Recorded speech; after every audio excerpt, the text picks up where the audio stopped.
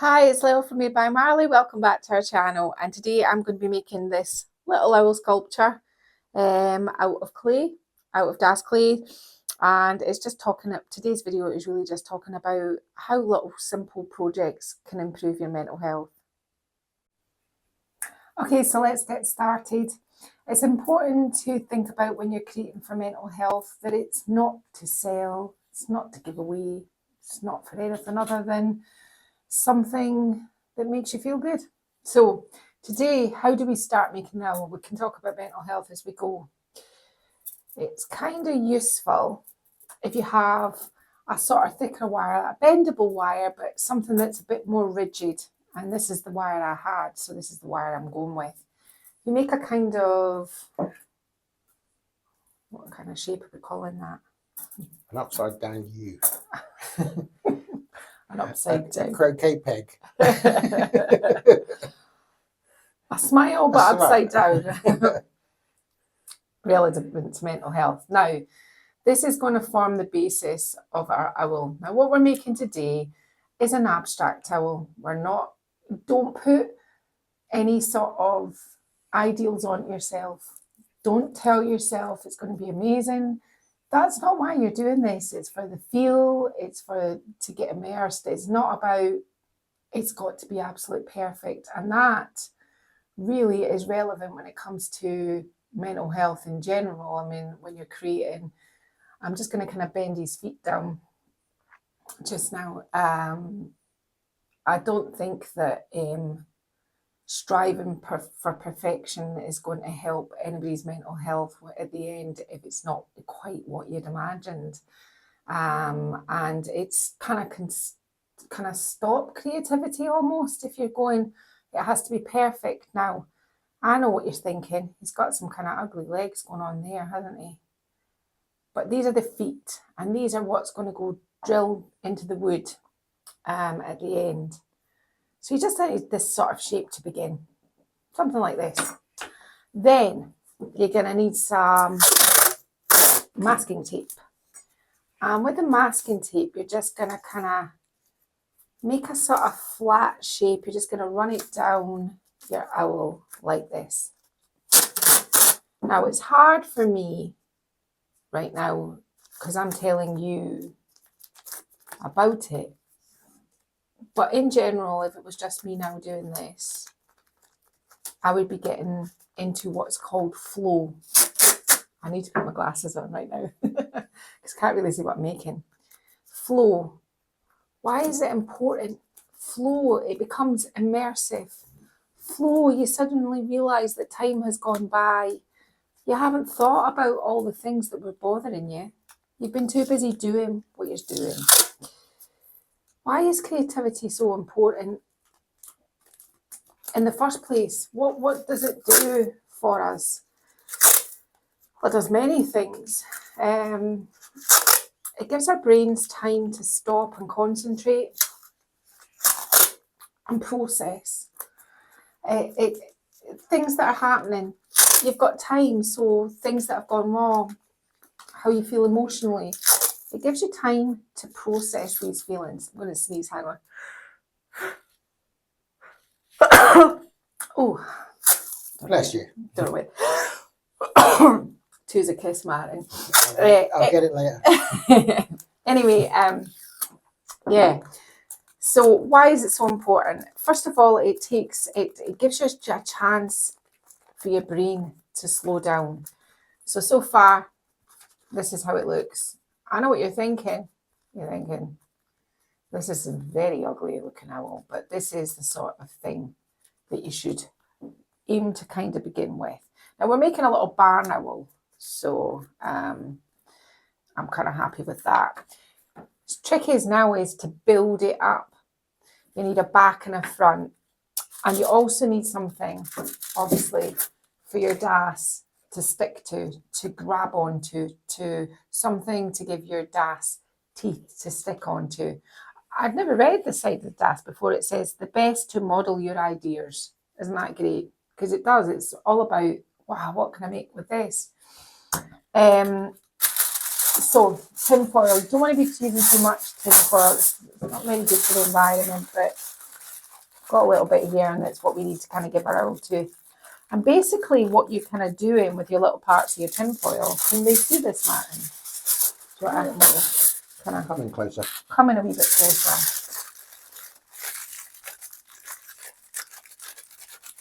You're kind of building it up like this. And this is where I'm talking about helping your mental health. Suddenly, you're too busy working out your tinfoil. Another thing that creativity is incredibly good for is problem solving. How many times have you been making something and something's not worked out and you have to solve that problem? Problem solving. It's really great. Sorry, I'm just plugging in my hot glue gun. Should have done that a minute ago, but I thought I had plenty of time, but I'm getting through it quite quick. Problem solving. Problem solving is something that can make you more resilient. If you can solve a problem in your life or find a way out of how you feel, then that's what you're doing when you're creating. You're solving lots of little problems as you go. What else does creativity do for you? It can, and I've done this before, I've spoken about dopamine before when I did the lampshade, the dopamine lampshade. It can make you feel happy. Not just because you've created something you're really pleased with the outcome at the end, not because of that, it just literally releases a happy hormone into your brain when you're doing something like this. Your brain's being active, and there's been research done saying that, you know, literally you use different, those that use their creativity skills are using different parts of the brain. Now I know what you're thinking right now, this is me problem solving, you see, I'm trying to... It's a well researched thing, isn't it? It is. You know, it is definitely 100%. It can... This whole, you know, parts of your brain are activated when you're being creative. Yeah. And being resilient. So there's times, I mean, let's face it, I mean, I'm doing this at Christmas because Christmas for everybody isn't the same. I mean, not everybody has... like in the movies for a lot of people, you know. Not everybody has a large family who is all going to come round and you're all going to sit by the fire and, you know, sing and all that kind of stuff. That doesn't happen. Families can be incredibly stressful. There is always, no matter in the most loving family, there is always somebody in your family that is slightly tricky to deal with. I mean, there is in ours, I'm not disclosing who. I know who she's talking about. But there's always a member of the family who's a little bit more tricky to navigate at Christmas. And these kind of projects, if they're coming to stay and you don't want to be rude and just go, oh, hang on, I've got an owl to make, you know, this is going to suddenly make me feel better. But whether it's just arranging decorations on your table for Christmas or sitting, relaxing and maybe doing a little bit of embroidery or something like that, you are using your creativity skills and it can help you deal with people that can be a little bit tricky to be around. And I'm going to start gluing this on right now. So everybody has one. Not everybody has a family that comes round. I bet you can't put this all back to where it should be now. Well, it would help if the glue gun was switched on. While I'm doing that, I'm going to scrunch up some more because I'm going to need it for the back anyway while this all heats up. So not everybody has people that come round. Christmas can be a really incredibly lonely time for people. A time of isolation. And that's another thing that creativity actually can help. It can bring people together. It can bring like-minded people together. I know I'm kind of making this up as I go along right now because until my hot glue gun comes, I'm just at the end I'll just have to make it like an amazing jigsaw puzzle and try and fit it all in. So yeah, it can bring people together, creativity as well. I mean, we have a channel membership group, and I would say we're kind of all like on the same wavelength. You know, it brings people together. Everybody that's on my channel is obviously subscribed for a reason. Creativity brings people together. Shared interest, sharing information. These are all things that can help your mental health. being able to contribute something to somebody else, There or are so many people, aren't there, around the world that are part of our, our various Facebook groups and things like that as well. And it is like that. You all share the same passion yeah, for creativity for creating. and share ideas and encourage each other and things like that. I tell you as well, I think one of the best things that I did when I worked in schools, teaching exactly what I'm talking about now, I was taught, that's what I taught. I taught creating, but I taught how to support young people with mental health problems. And one of the things is it fuels imagination creating. Suddenly, those that maybe weren't into it in the beginning, after a little bit of time, suddenly they are into it. Suddenly they do want to do things. You can see they get more excited as the weeks go on. Yeah, who knew they were going to make the most awesome hedgehog in the world?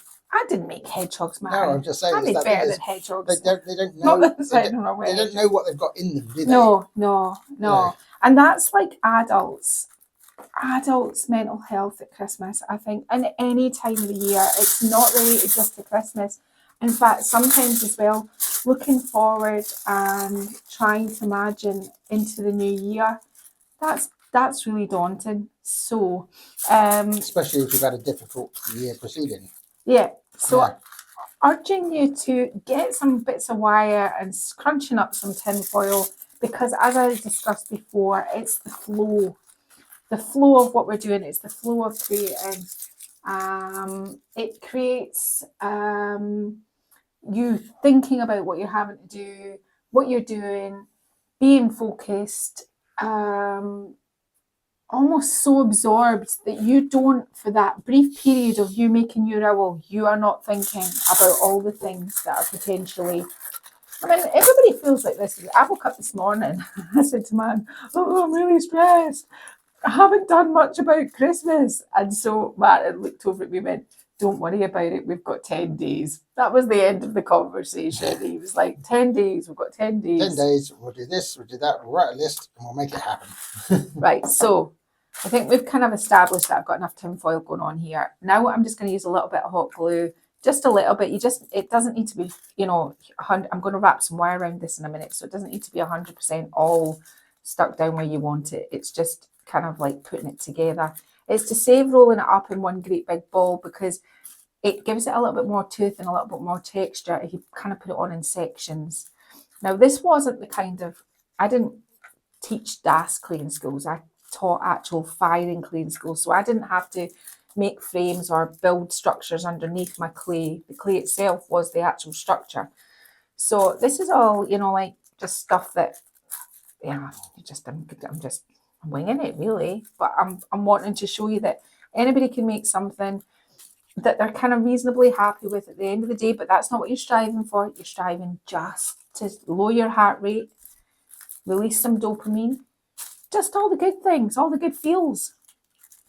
Now, he's going to be quite, build him up a little bit there. He's going to look a little bit kind of, right, yeah. So that's that side. Flip him over. Try not to stick him to the tablecloth. That might not work. Stick this on here. And you can see what I'm doing. This part here is actually quite quick. I'm hoping, although I say this all the time, that this should be quite a quick video. Hope is the word. More glue gun. Right, building it up. I've got a little part that I want to put in here. Now this is the front. Where the legs are like this, the bend in the knees that go into the wood. This is the front, just in case you have them going the wrong way around. But, you don't want to be kind of doing that. Stick them in. Watch your fingers. Do you know what? I don't have much luck with glue guns. I don't know what to do with them, quite frankly. This is yet another one. I maybe told you that the last time. I'm still on it, but only just. I don't even use glue guns that often, just when I'm crafting, and obviously I do majority of what I do is furniture, so it's not something that I use a lot. Now he's starting to look beautiful, and I'm sure you at home can see that this is going to be a beautiful little barn owl. Yeah. Yeah, it's obvious from what I'm looking I was thinking that, man, and I thought, look at this lovely little barn owl. Look at him, isn't he beautiful? Now, I just want to kind of not burn my hands. Somebody asked me recently, you should use those little things that you slip over your fingers. And I went, I've got those. Now, it's feeling quite like there's going to be quite a lot of grip. See any of the kind of really hard, lumpy parts, kind of squeeze that down a little bit. Squeeze it down a little bit, like that. And let's start kind of getting some stuff up around the top of his head and down the sides. So I'm going to work on the sides now. And literally, I'm just going to be quite lazy about it and stick this round here on a winner, I think. Now, you can see what I'm saying. This is not a difficult thing to do so far. It's something you can do. Well, you can probably do this. I'll tell you, I'll be honest. There is a prototype of this, and once I get this so far away, I've actually done one so that we can continue and I can paint it. And I did it in bed on a tray because I wasn't feeling well. So, you know, you can do this pretty much anywhere. I mean, it doesn't need to be, because it was funny before we started the video, I said to Mark, can you run upstairs to my bedside cabinet and bring down the wire? He went, where? And I went, my bedside table. And he went, wire? And I went, yes, because that's where every woman keeps their wire. And I'm just going to do down this side here. There we go. Stick that on here like that. And that'll give that some tooth there. I can see some tiny little gaps that I just want to quickly put some hot glue in there. I think pretty much as a sort of structure, I'm kind of reasonably happy.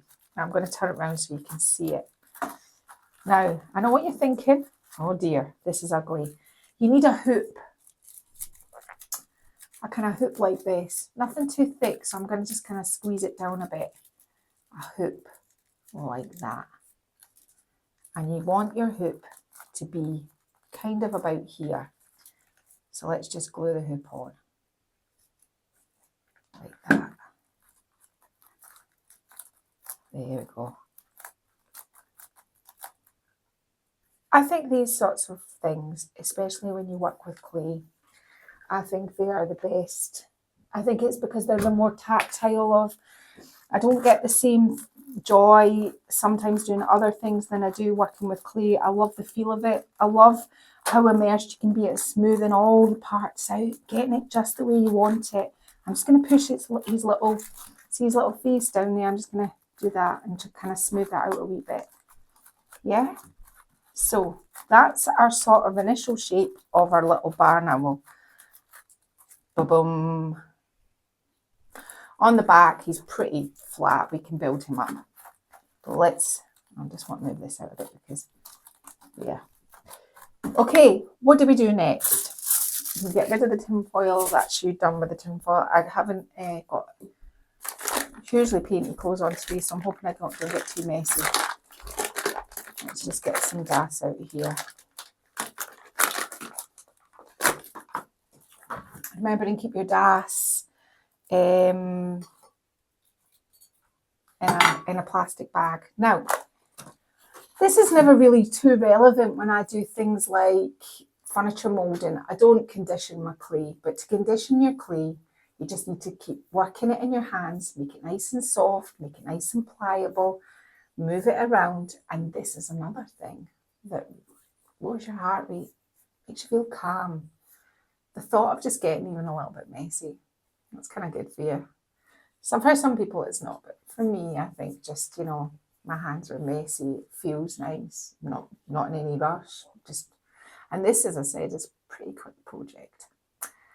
Now, you can at this stage get this wire and wrap it around and around and around. But the first one I made, I didn't use hot glue. I just put the tinfoil on, and it was a little bit like stuff it in, roll it, stuff it in, roll it. But I just rolled the whole thing in wire. But I don't need it for this part, so because I've got my form. Now, I've conditioned my clay. You don't want it too thick, but you don't also want it too thin. And you'll know when you've applied it too thin because your tinfoil will start to scrape through the clay. So probably I would say put it on in small sections, and I'm just going to half that because it's a little bit big, but about this sort of thickness. Yeah. Where I've ripped this here, I'm going to put this bit here. So here we go. We're going to start moulding them on. Now remember, he's got, I don't get rid of the glue. He's got feathers, so we're okay with this kind of texture. We do not want nail marks, so we can smooth those all out at the end. You're grabbing this part here. I think I'll do something like that with this part here. To join it together, just take your finger. Now, clay tools. You can use clay tools if you want. These will smooth these areas out, but they're not necessary. They're not a necessary item for you to have to do this project. Use a teaspoon. Yeah, you can use any household object. Well, you can't use your telly, but you know what I mean. You can use things that you find in your kitchen drawer.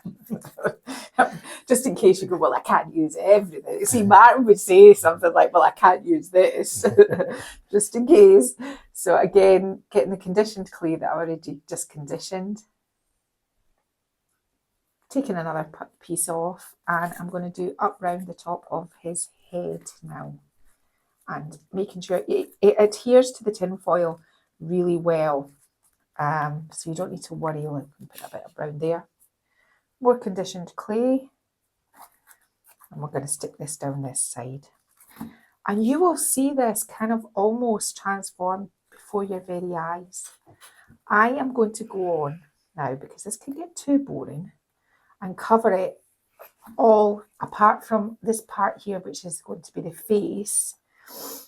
And you can see here where it's quite thin. So if I keep going like this, can you see how it's just the tin foil's rubbing through it? Can you see it? Can you see the tin foil rubbing through? Try to avoid that. If you get that, just add another little section on and just keep going. But as far as I'm concerned, this kind of texture is going to work. You know, you don't have to have special tools where I will, when it comes to the face, we'll come back and do the face, and then we'll start doing things like wings and stuff like that. But it's a little abstract barn owl, and it's just a little project to help your brain slow down and just take your mind off some of your worries. Okay, so he's all covered. We can get to all the smoothing out in a minute, but I just want to get his face done. So what I'm going to do is, I've conditioned this clay already, and I'm going to pop that in there like this, and I'm going to bring it round the tin foil first of all. Now this time you might need the back of a spoon, or if you've got clay tools, fine, but just kind of smooth that in, because we're going to be putting another layer on top of this. And just kind of bring this round and smooth this side out. Now you would have feathers around here, so you can be aware of texture. I mean, now you want to kind of make it almost like he's got kind of like another section inside this section, if you know what I mean. Or this is how I'm doing it. And feel free, once you've got your kind of tin foil on, this is your project, and it's just a little project to have some fun with. Nothing more. Doesn't matter if it doesn't go anywhere, because already if you're going to do something like this, you'll have forgotten about everything, and if you haven't, you've been processing the things that you're worrying about. So I want to put this in here, but I want to kind of, just going to turn them this way a minute. I want to try and give myself, I might have to add a little part in here, like almost like a sort of heart, like a small love heart shape. So just build that part out there. Try not to, I can see there's a little gap around here. I'm just going to show you how I fill that. I'm just going to put this little sausage in there and then just work that round. So don't worry about, nail marks are not good. You don't want a lot of nail marks, but you can smooth it all out in a minute. The trick was to make a video that wasn't going to take hours to show you and that you could buy a buckle of DAS clay, get an old coat hanger for some wire, glue some tin foil on and start creating. And that is what this is about. Right, so we've got a kind of almost a sort of, I want to kind of pronounce that sort of love heart, sort of this sort of heart shape. But I want to put this inside it because that just gives me an extra edge when I go to paint it. Just going to cut this out here like that, just so I can fit this in without this big foldy part. Now, you are going to take your time over this. I'm just quickly showing you. And you're going to work.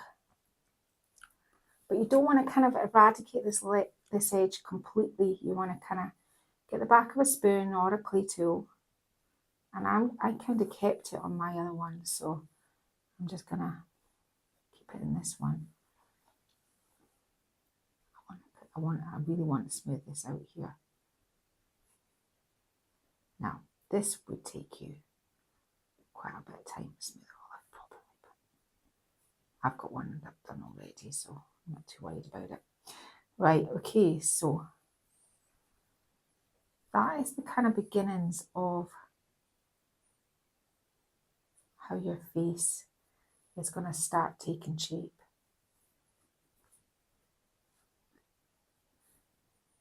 Now, I also have got the top of their beaks. I don't know the technical part of it, but they have. So you're going to need a sort of this sort of shape. Now, this is where things start to get a bit real, because when you attach clay onto clay, and it's other sort of like, it's different. This flat piece was going down on a flat piece, but you really, when you work with clay, is a thing called slipping and scoring. You need slip to stick it, and scoring is the thing that gives it teeth to make it stick. So how do you make a bit of slip? Slip is easy. Any good potter will not tell you the proper slip ingredients, but for the purpose of this, you just need a little bit mashed up DAS, a little bit of water. Oh, maybe not as much as that. And you just mix together and make yourself almost a kind of glue. Keep rubbing it round until you've got, just trying to get it off here.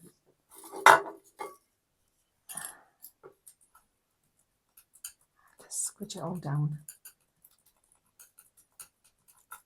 until you've made yourself a little bit of slip. You won't need much for this project, but a little bit. A wee bit more water on that. There. There you go. That's your slip. Right, scoring, slipping. You kind of want his, I've forgotten the name of what it's called, this part up here, but this isn't really the beak either. We haven't got to the beak, so we could probably almost do it in one, but let's just kind of measure out my sort of general sizes. At this point in time, you want to get something like this, just because you're going to try and stick your nail in there like that and elongate this part down. You want it quite pointy. Don't want to lose the shaping up the top. With the thumbnails. I'm just going to do that again, just so that there's a clear definition. And then you need to try it for size, because it's going to sit up there, but it's going to come all the way down. This part needs to be a little bit wider at the top. And I'm kind of rushing through this. Best thing to do is look at a little barn owl. And remember, when you're doing a kind of, this isn't sculpture, put it this way, it's just a bit of fun. I can join this piece up here and make it nice. Now, scoring is this. And the same here.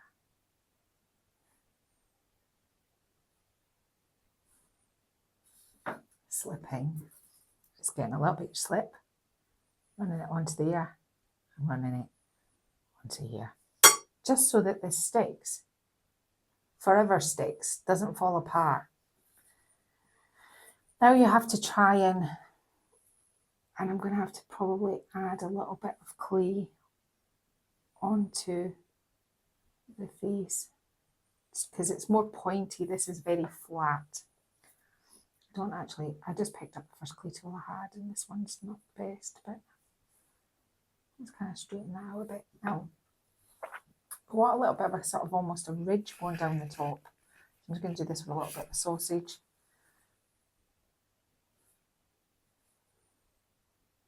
Bit of slipping and scoring. Just to stick this together on here. Let's just put this on here and smooth this out because it's kind of almost like a ridge.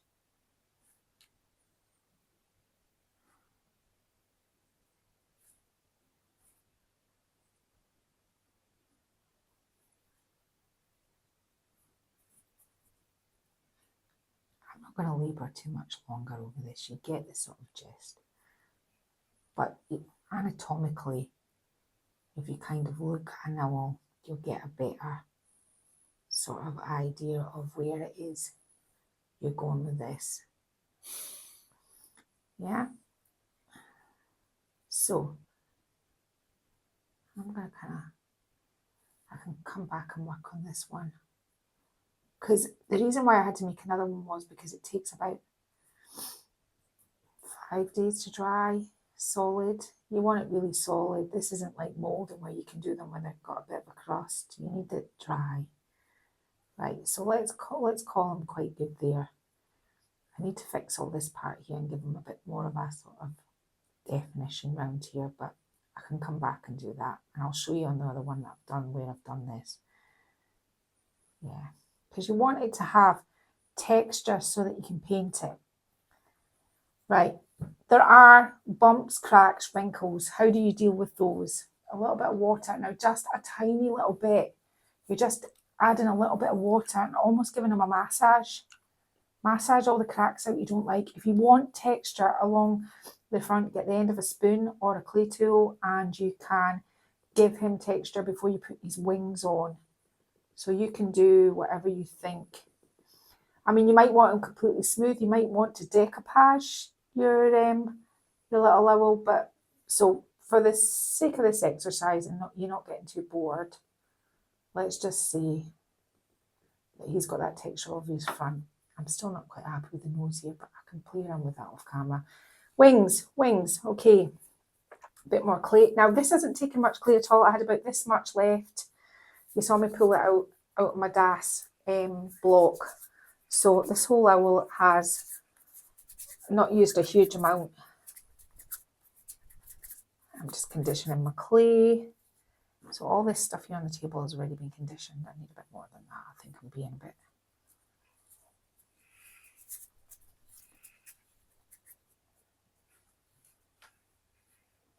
So wings. Wings really are whatever you want to do with your wings. I want my wings to kind of be slightly pointed at the bottom.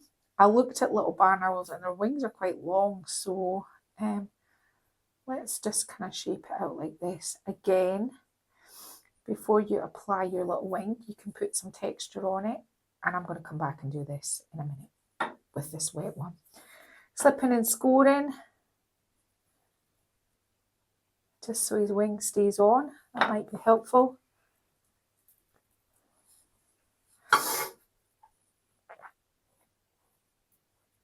It does get reasonably crusty quite quick. I mean, I can already feel in the heat out here that it's drying up. And you just put your wings on to where, and then smooth the top out because you don't want the wing. You don't want to see where the wings started, if you know what I mean. And you can decide what you want to do. This one's quite a wide owl. My other one is kind of skinnier, taller. So you put your wings on like that and you can decide it, and you put the other wing on the same way. As I said, this one's quite wide. let's get to, sorry, I can feel, smell burning. I think I put my heat gun back on. Let's get to this one. This is what you end up with after about 5 days. So I'm just going to clear the decks. In fact, I'm going to stop the camera and I'm going to get rid of all of these things because never leave DAS just like that. You have to bag it all up, and I want to just do the right thing in case I take too long at this and we're ages. I'm just sanding off any parts that I'm not exactly liking about him, but I think I quite like him. He's abstract. Oh, I forgot to say, he needs a little tail, just a little pointy tail. That kind of helps if I tell you these things. What sort of colours have I got? Let's just kind of get some colours out. I've got Versailles. These are all Annie Sloan chalk paints. A little bit of French linen. Some Honflower. Athenian black. Old ochre, which I think could do with being filled up. Okay. I don't need it filled just now, man. White. And I have an acrylic paint, which is a sort of ochre colour. I keep going back to this ochre. I've been using an awful lot recently. So these are my sort of colours that I'm going to be using. You're going to need some water. And I don't think I can paint it upside down, but I'll flip it. I'll do. Okay, all right then. First of all, before we do any painting detail work, we have to get it all one colour. So I'm going to paint mine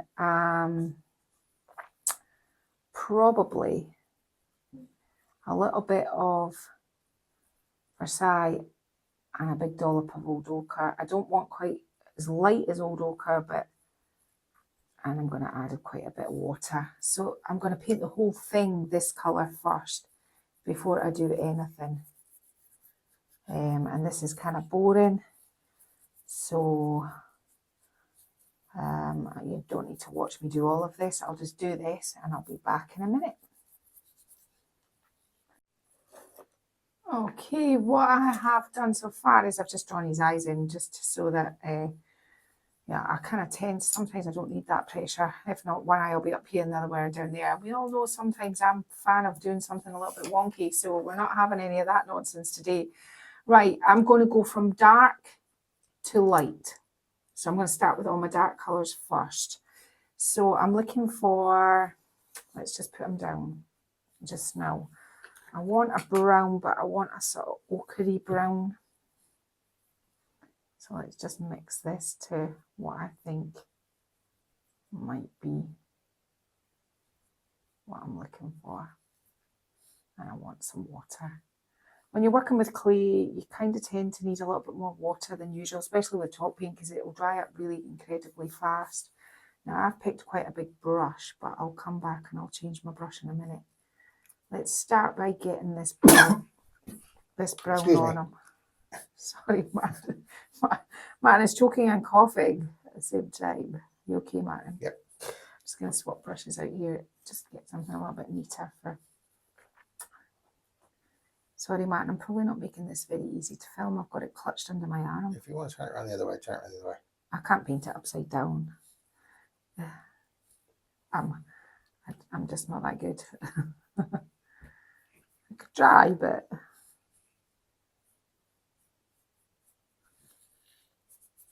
right, I'll move back to my big brush again. And you're really kind of just doing the back of them, sort of the back of your owl, and just kind of down. Your wings are brown, but the majority of round about the face, the chest, everything else is white. So you're kind of working on the basis that that's why I painted it the cream colour first. Now, as I said, we're going to go from dark to light because we can put the tones on it, but it's just kind of, I'm going to turn him this way just now. So now he's going to be upside down for a minute.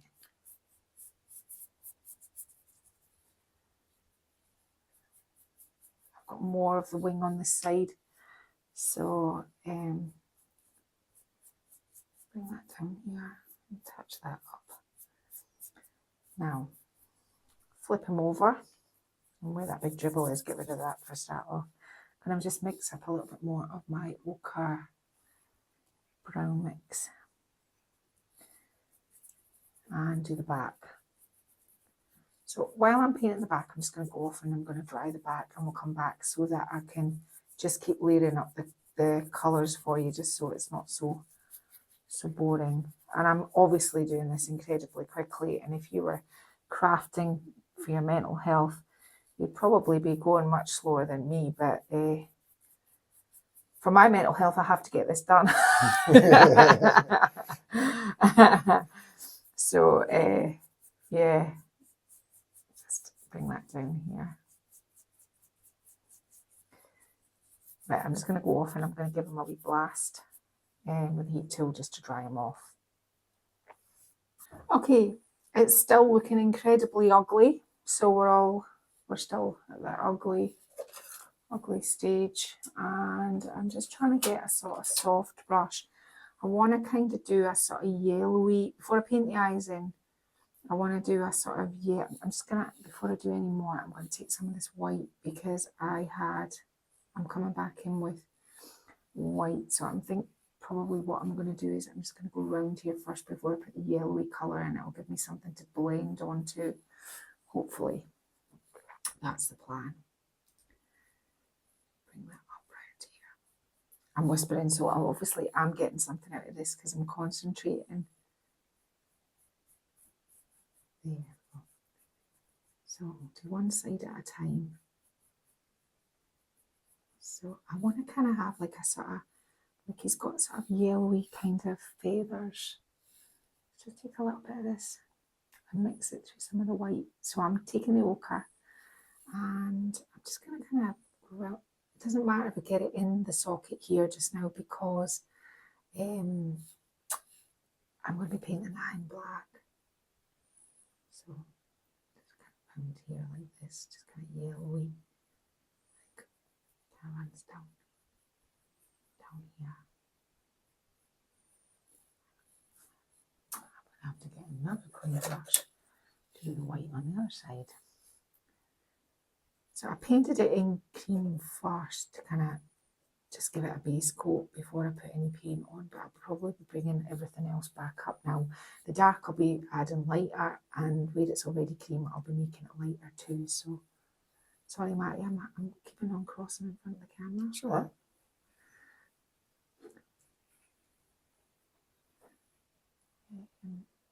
So I thought this was a really nice sort of, just a gentle Christmas Eve project. I mean, I'm sure that loads of people, I'll be doing things, but for those that aren't, it's a nice little thing.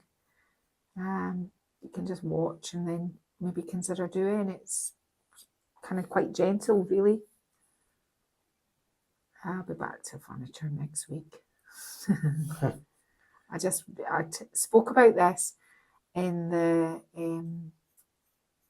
channel membership group, because we're doing a tabletop with Das clay, and a lot of people have said, gosh, it's really good to play with Das clay and things like that. And I thought, you know, it is actually one of those mediums that is actually really good for your mental health. And I thought, I'm going to do, and at first I was just going to maybe do it in the channel membership, and I thought this is valuable for everybody.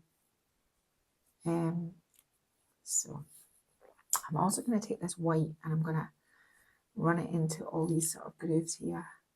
Were you going to say something there, Matt? I was going to say, just, you know, I mean, Lael's the creative one in our family. And that's not true. No, hang on. Let me explain. In terms of me and you know. Oh, yeah. And, you know, like my background is IT. You know, I was always a techie. But you are creative, babe. But, you know, my creative skills have improved over the years, mainly thanks to Lael. But the clay thing, it is, you just get lost in it. Yeah. You just get lost, and you can make, even me, some of the things that I've made over the years with this stuff, I'm really proud of, you know. Mm-hmm. It's a fabulous medium, it really is. It is, and it doesn't have to be fired in a kiln. It can be just your Das. There's just humble Das is just good. So I'm just going to take my yellow and do my sockets around here. I want a wee bit more water on my brush. I'm hoping this isn't too boring. It's just that if you want to kind of do something like this, I prefer the air dried DAS clay. I could never deal with the whole the gods of the kiln. You know, like you put something in, you spent weeks working on it, and then it would explode. Well, the thing is about being a potter is there's so many different variables: kiln temperature, the external temperature, the moisture in your clay, the weather. There's too many sort of anomalies when it comes to that. And we were talking about this in the channel membership. You know, there's a person who subscribes called Dar, and she's also a channel member, and she was a potter, and she agreed. You know, you just have to put something in a kiln and kind of almost go, well, fingers crossed, I'm just going to dip in the brown now just because I want to put a wee bit more brown texture on his beak. And I'm just going to, I haven't got much on the brush there. If you make mistakes with this as well, the good thing is you can just paint over it and do it again. Just kind of ruffle that up on my finger. Something like that. Kind of like, I've got to have sort of something browny coming around here. And this is where you kind of start to put some texture in your, I'm not quite painting this in. I'm working with what I did underneath with the clay base.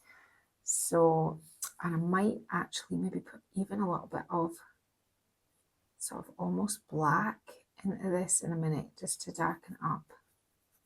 I'll have to get in those wee gaps in a minute.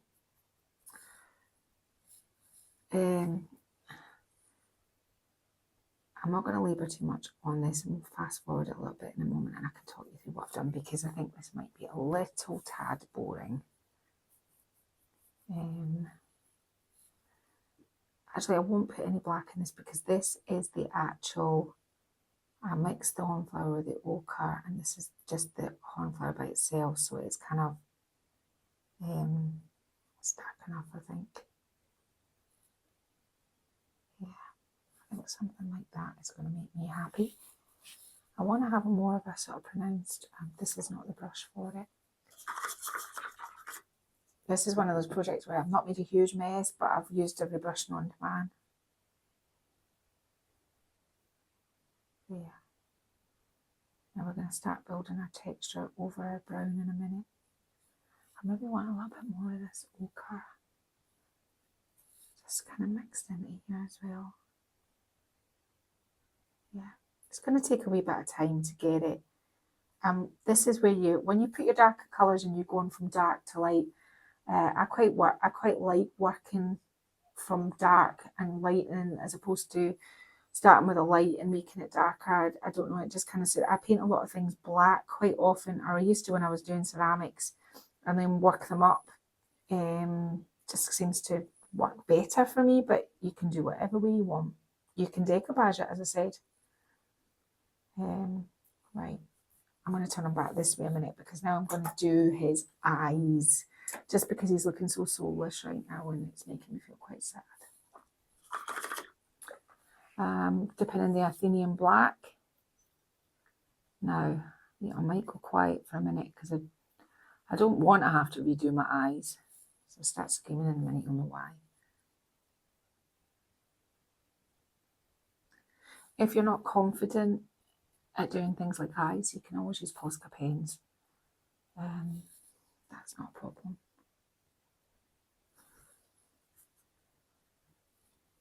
Turn your work, not your paintbrush, it'll make it easier.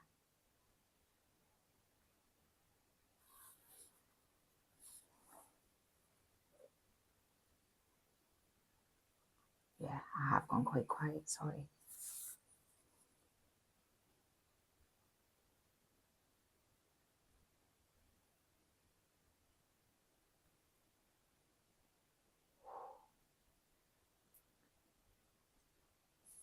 Nearly, sorry. And I'll do the one on the other side. I'll do the other eye off camera, because nobody wants to hear me not say anything for a couple of minutes while I'm working out my eye situation. Right, what I'm going to do now off camera is I'm going to start working on here using some of the colours that I've got and using a brush that's going to give quite a lot of texture. So something like this, an acrylic paintbrush. Can you see it? Yep. Something that you'd use for stippling with. And I'm going to start putting texture on his back, but I'm going to go from the dark colour up to the light colours, and that's what I'm going to do. So when you come back, I'll start and then you get an idea. So I'm going to start with the ochre colour, and I'm going to start with something like this.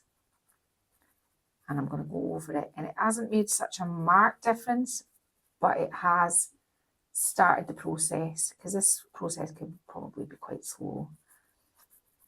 So just mottling them up and using the texture of the clay itself to kind of like build up the detail and the texture.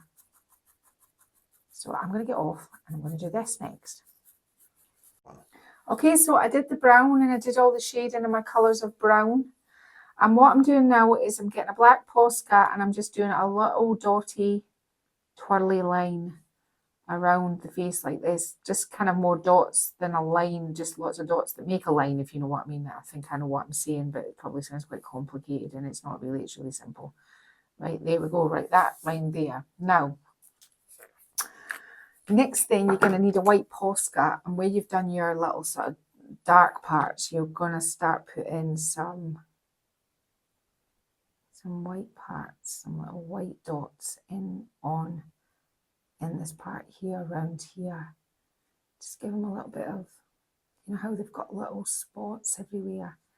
Just something that gives them a little bit of, kind of cheeky little bit of interest. Around here like this. Twirl them.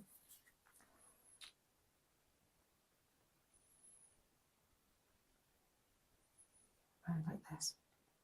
Concentrating again, not saying anything. Got concentrating face. I know. It's different when it's furniture because Tongue sticking out the side of your mouth. Yeah. it's difficult for me because sometimes I go slowly and I get a bit quiet with furniture, but when it's things like this in small scale, I'm used to obviously working in much larger scale. So sometimes for me, I get a little bit, I better slow down a bit. Right, okay, so I've done my little spots. I'm just checking these are properly dry before I put my, you notice how I checked it there to stick my finger in it. I just want to put a little highlight in his eye just to kind of bring him to life a wee bit. Something like that.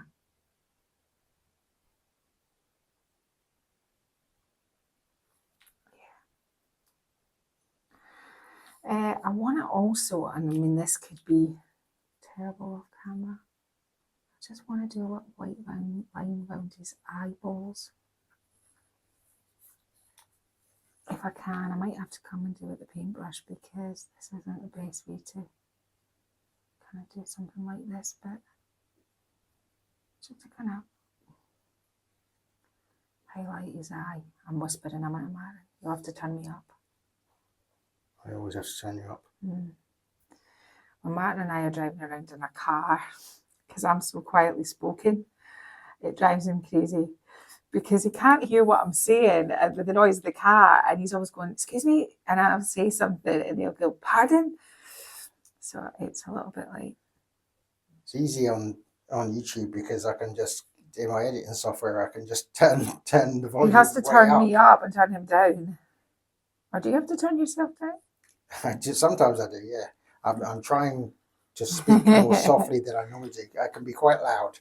You know what? But you're not a loud person. You're just, your voice is, you've got quite a commanding voice. It's not that you're a loud person. You're very softly spoken, and so I definitely have to turn you up. Somebody, who was it? It was Deb, watched one of my early videos, and she commented because Rocco, the dog, was in it, and I'm just doing little spots on the head.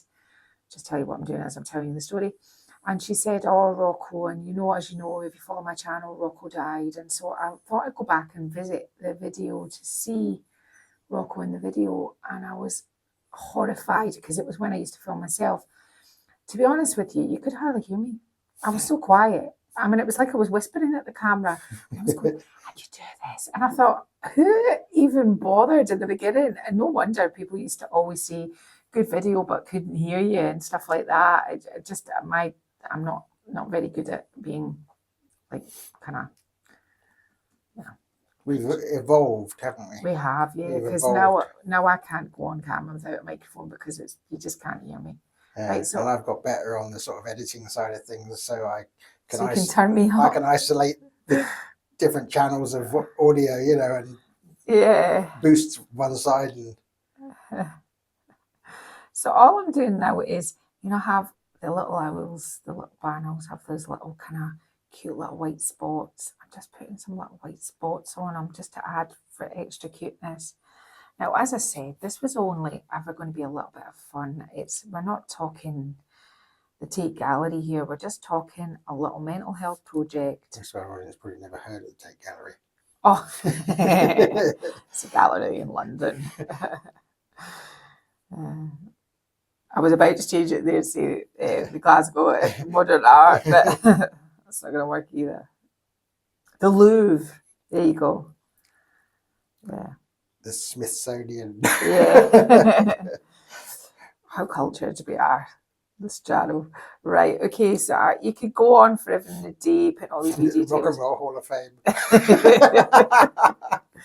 Oh dear. Do you know, this was supposed to be a semi-sensible video, but, you know, I don't think whatever we do, Martin, ends up particularly very, you know. I know. Try. Now, I'm just going to do some wee dots around here as well. It's a serious subject, isn't it? Well, mental health is because, do you know what? People don't talk about it. So let's just that's a really good segue into doing a little recap of why, because this isn't about, I mean, I'm not here to this isn't really about an owl. No, and it's not really about me even deeming to try and go there with anybody's mental health. All I'm trying to say is creative projects can help, and that is basically what I'm saying. So a wee quick recap. Before I recap, I'm just going to put some coloured yellow dots on so that I can put some wee dark spots on his chest here. But so just to kind of do I'm looking for a decent sort of brush to do this with, a sort of recap on why being creative is so good for your mental health. Let's just do the top rundown. It's been proven to reduce your heart rate so you're less susceptible to heart attacks and strokes. It can link up if you're lonely with other creatives with the same interests and give you, you know, sort of like a crew, people to join together with to do things like this. It reduces stress. It encourages to problem solve. It helps you think positively. It can flood you with dopamine, which is the happy hormone. What else? It can improve I was reading a study before I decided to do this one last week, and it was about improve your immune system, having good mental health. So why wouldn't you want to create when you know it's so good for you? It makes you more open-minded. It makes you use your imagination. You should hear the stories I tell my children. My imagination is actually quite good. It can help you in your confidence. It creates a state of flow. Just remember when you're doing this, the flow of what you're doing almost immerses you in the project itself, which means that you are forgetting your problems. And if anybody can just forget the problems for a short time. Just get so wrapped up in these things that the rest of the world doesn't exist. Well, Martin will tell you that quite often happens to me. I can be doing something for hours. I have to go and find her. Hours. Just say, enough's enough now. Yeah, come on. Hours, or especially you know what time it is. If I'm over in the shed just before winter and it's kind of like late autumn, I'll go over at the shed at night still, and I can be over there till midnight, and Martin has to come over and get me. Sometimes he sends children over with coffees and things, but he's always telling me, right, enough. Or when I leave, he says, don't make me have to come and get you. So, you know, just an hour, 2 hours max. Yeah. Otherwise, I'm gonna have to come and get you. And he knows I don't like it when that happens. So I'm like, okay, right, fine. But yeah, the sort of mental health aspect of just being immersed in a project is I'm just kind of Yeah, that's giving not, it my that's next like go to get her isn't a sort of a, bad story. It's a, no, it's it's the I'm how easy it is I'm to get so completely in the lost. zone. I can lose literally hours. It doesn't matter if I'm hungry. It doesn't matter if I need the toilet. It doesn't matter. It's like these things. I have no concept of time. Time can run away with me when I'm in the middle of a project that I am loving so much, and when I am in the zone with my furniture and I am just doing what I do, I can literally lose a day. And that's Easy. why I'm saying, creative projects are so, they create flow, which just suddenly you're so immersed in what you're doing, you've forgotten everything else. Now, maybe that's not such always a good thing, And then- especially, if you're cooking something or things like that. But, but then you finish it and you stand back and you look at what you've done and you can amaze yourself. And, or even what I was kind of saying in the beginning, there's that sort of feedback, or there's feedback from other people that see your things, but sometimes you're maybe not even in that place to show. It was just something you wanted to try. You wanted to have a wee go at it. I mean, it's been years since I've made an owl. I mean, I don't even know if, even when I did sculpture, whether I ever did an owl. Can you remember me ever doing an owl, Martin? Oh, I did an owl head for my mum. It's on her wall. You did. But just no, the head. Yeah. So all about good mental health, all about crafting. And I hope that this kind of resonates with some people, just to kind of dive in.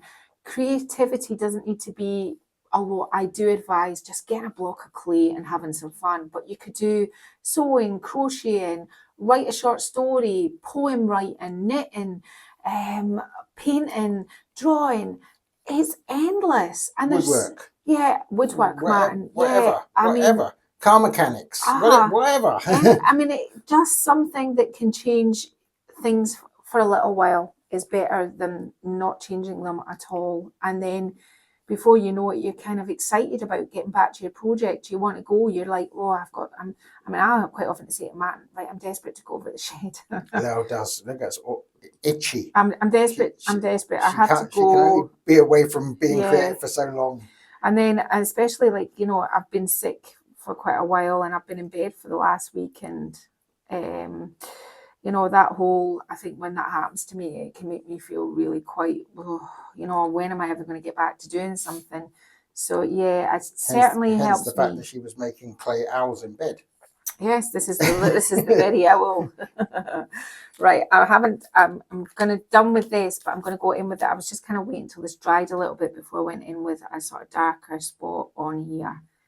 Now, the next thing, I have a little block of wood that I want Martin to drill me some holes, because I am going to paint these feet. However, I want to seal them, and I'm going to use the Mod Podge. What's it called? I'll show you in a minute.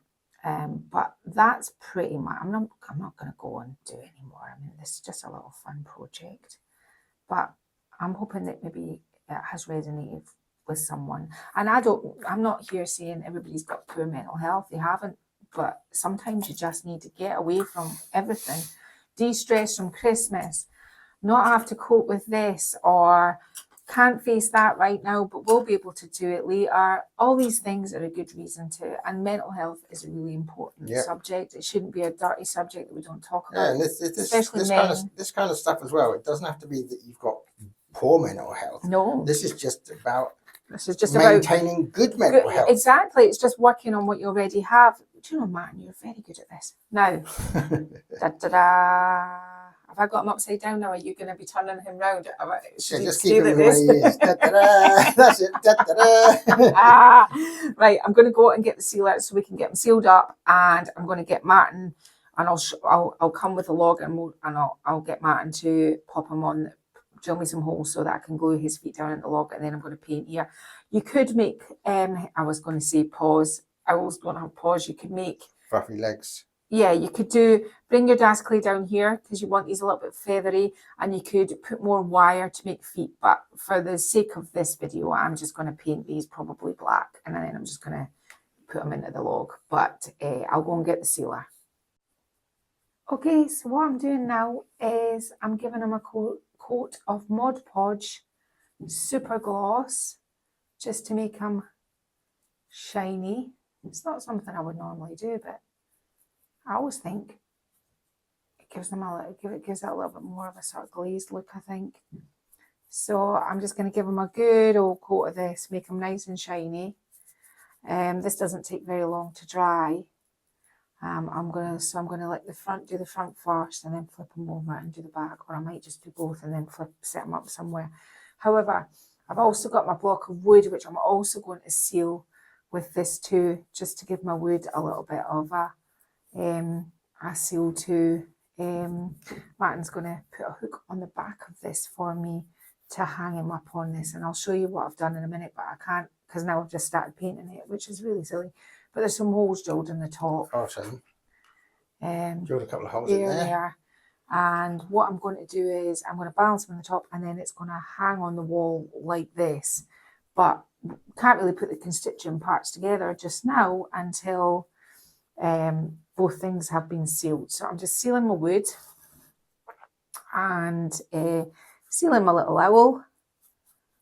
And then I've got my hot glue gun on because I've got a little bit of fern that I want to glue up the top. And I also need to paint his feet on, but once he's all attached into the proper place. So I'm just going to kind of grab him here, and then so I can get hold of his feet. So I'm going to get on and do this, and I'll be back in a minute and we'll put it all together. Okay, so I sealed my owl, sealed my log piece. Martin drilled some holes in. I painted his little wires. Now, as I said, you can get the paper clay and put them little furry bits, and you can make them actual claws. That's it. Yes, claws. You can make them claws and do these things, but I'm not going to. I'm going to put some greenery and pieces, just glue them onto my base. Martin's attached a hook on the back for me so that we can hang them up, and we'll be done. So I'm just going to kind of hold them like this so you can see them whilst trying to get this right.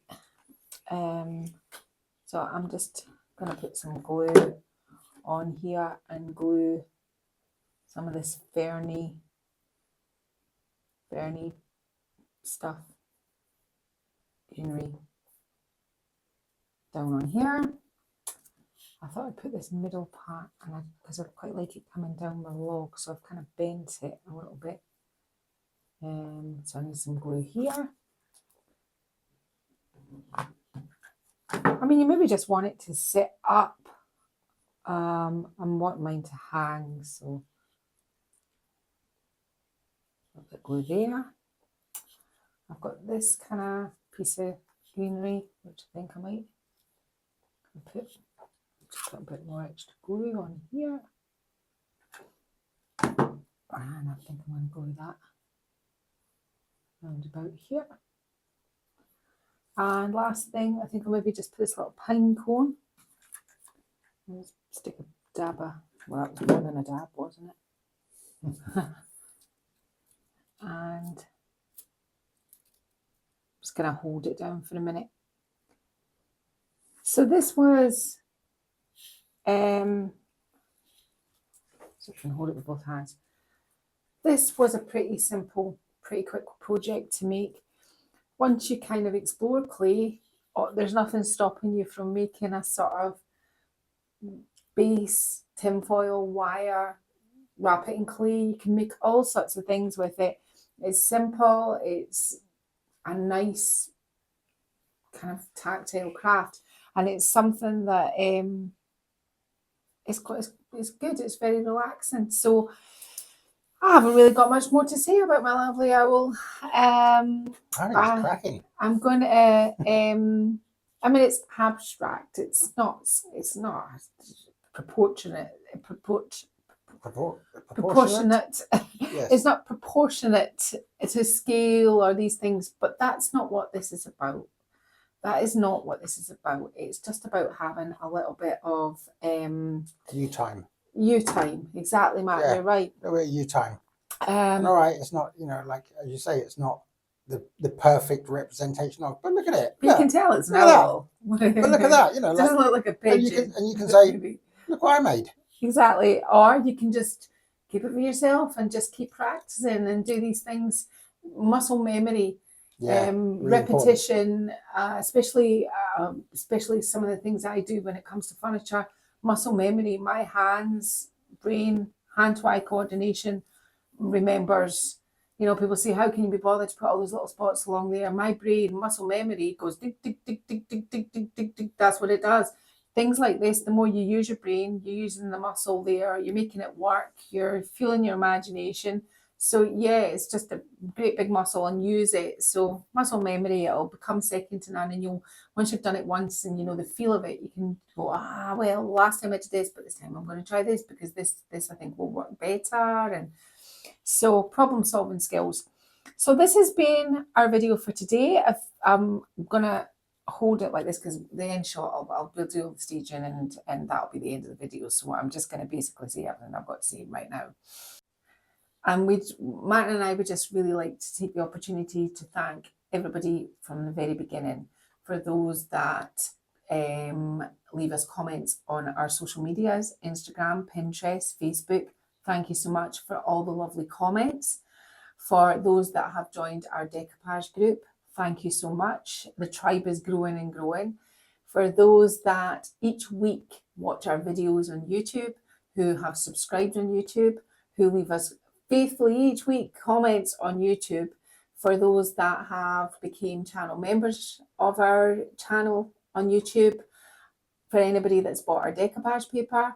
For anybody who has bought any furniture or home items from us, we would really, really, really, really like to thank you. We appreciate you so much. Martin, do you have anything to say on the thanks? I don't know where to start. I mean, it's the same as you, darling. It's been an amazing year.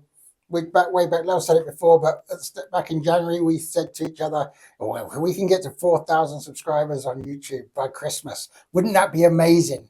And we're just literally about to hit 7,000. It's mind-boggling. I know. And you are all so lovely. And yeah, I mean, to everybody, like Lel said, anybody who's bought furniture from us, bought decoupage paper, and for everybody that just is with us on our journey every week, come rain or shine. You don't have to buy something. Just it's just there, and the comments you leave us, and I mean, I don't know what to say to you all. Thank you. Thank you so much. Thank you. Thank you. It's amazing. So now we've got all our thanks out of the way. If you have enjoyed this video today, please give it a thumbs up. Consider sharing it, liking it. Obviously, leave us a lovely comment. And don't forget to subscribe.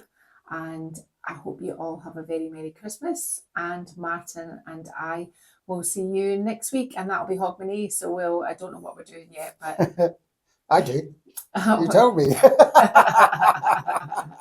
So, bye-bye. Bye-bye.